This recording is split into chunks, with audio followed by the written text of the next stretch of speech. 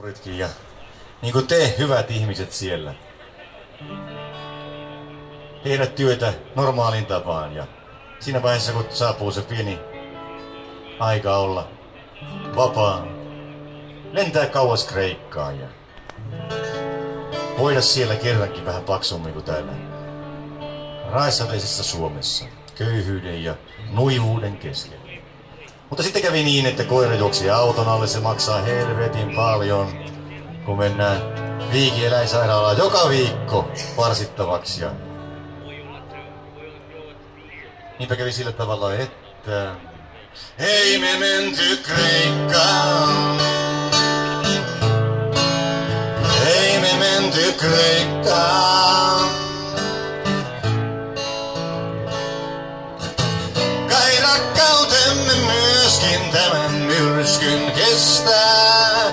Jos paljon kärsii, kai myös unohtaa voi sen. Vaan köyhän leimaa en voi meistä poiskaan pestä, kun perheestämme tehtiin viikon ykkösuutinen. Se alkoi siitä, kun koira karkasi auton alle. Jo pelkät ensihoidot kaikki säästöt vei. Ei sitten menty lomailemaan maailmalle, vaan kehdattiinko myöntää sitä kenellekään. Ei me menty Kreikkaan. Ei vaikka väitettiin, vaikka ovet lukkoon lyötiin ja laukut pakattiin. Ei me menty Kreikkaan. Me mentiin kellariin, siellä kanssa kalliin. Koiran köyhyyttämme niin piiloteltiin. Ei kai se ollut aivan hullun homma, tuskin. Yhteisen hyvän vuoksi hän lymyiltäisi. Purkeista saataisiin niin ruuat kuin rusketuskin. Ja kuukauden kuluttua taas hymyiltäisiin, vaikkei menty Kreikkaan. Ei vaikka väitettiin, vaikka ovet lukkoon lyötiin ja laukut pakattiin. Ei me menty Kreikkaan. Me mentiin kellariin, siellä kanssa kalliin. Koira köyhyyttämme niin piiloteltiin.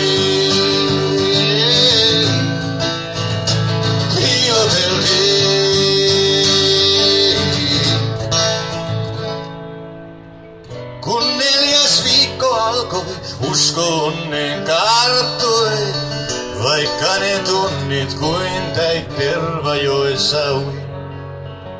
Vaan sitten sairastuit, ja kun se katarri tarttui, ambulanssin tilasin, ja kaikki paljastui.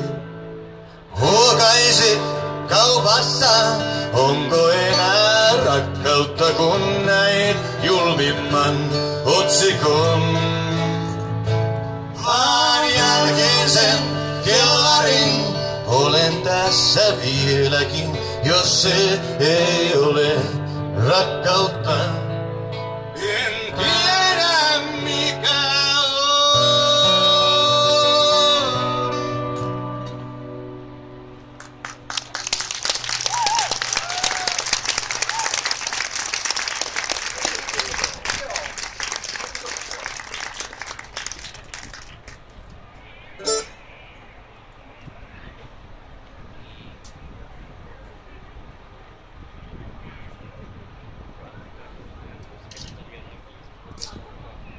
Tämä vaatii hieman keskittymistä, mutta toisaalta te äsken kuuntelitte Getsemanen 20-minuuttiset biisit, joten niihin nähdään tää on ihan Ukko Noa. Ukko Noa oli kunnon miestyyppinen kappale. Näin on, uskokaa voi.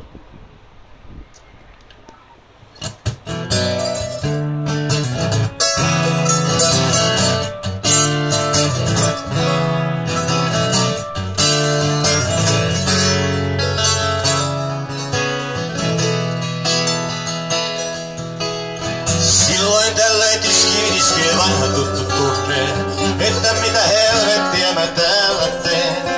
Vahvana se jäyti nyrkkeilijäsi silloin kun ne katsoi hämmästellen keskeyttäneeseen.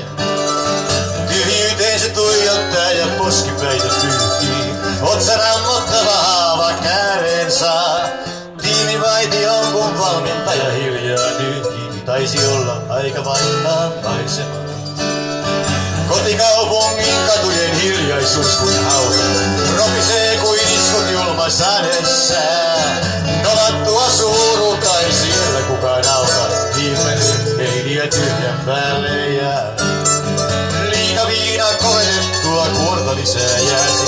Antti hommat tyhjän täytä ei ja kun astuin kehästä, niin kehää kiertämään taas pääsi. Elämä loi loputtoman ottelun. Sitä vaikea on käsittääkään kun. Nyt vaikka on kesäkin kuumimmillaan, on niin kylmää ja yksinäistä. Että voi viluissa vaeltaa vaan, edes lapaset ei lämmitä sitä, joka olla taisi. Eksynyt, väsynyt ja sekaisin.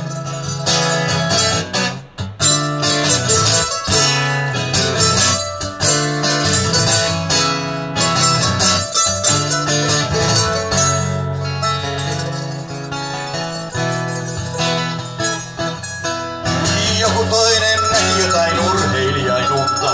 Kilpalaajan mökissään se hyvin söi.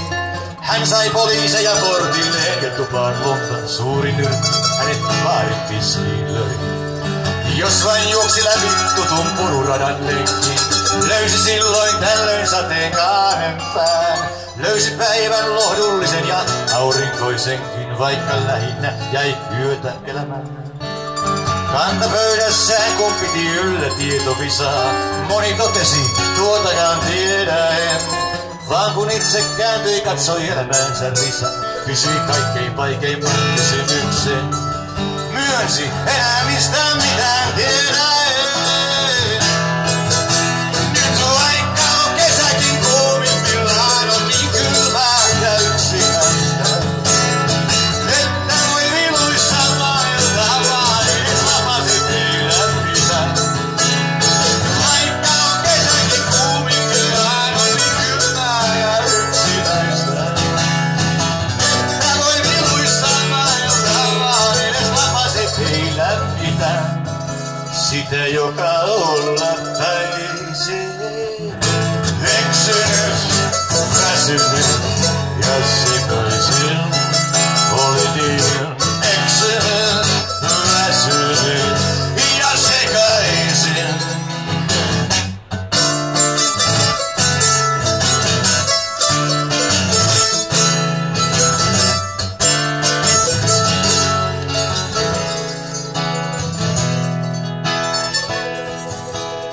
Yhtäkkiä se sama tunne silloin palaa. Se kysyy mitä helvettiä me täällä teen.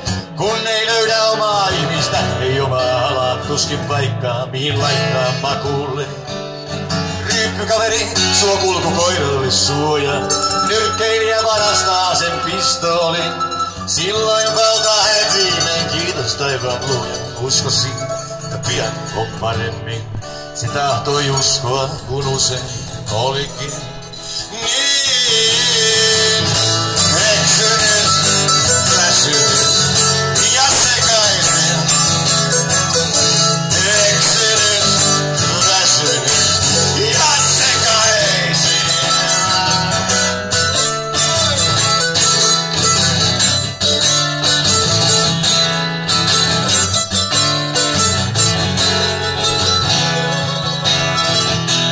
Olivat ne 100 tai vain 40 vuotta. Jokainen on onnellinen vahinko. Pidempäänkin jatkaa toki voi vaan miksi suottaa. Jos on hanskat naulaan nostettuina jo. Vaan jos vaan vihdoin sai aikaan tuo nyrkkeilijä vaitonainen. Sen suurimman nyrkin kanssa sen sovinnon. Jos olikin ottelunsa juuri sen mittainen, me tiedämme se oli elämää ja on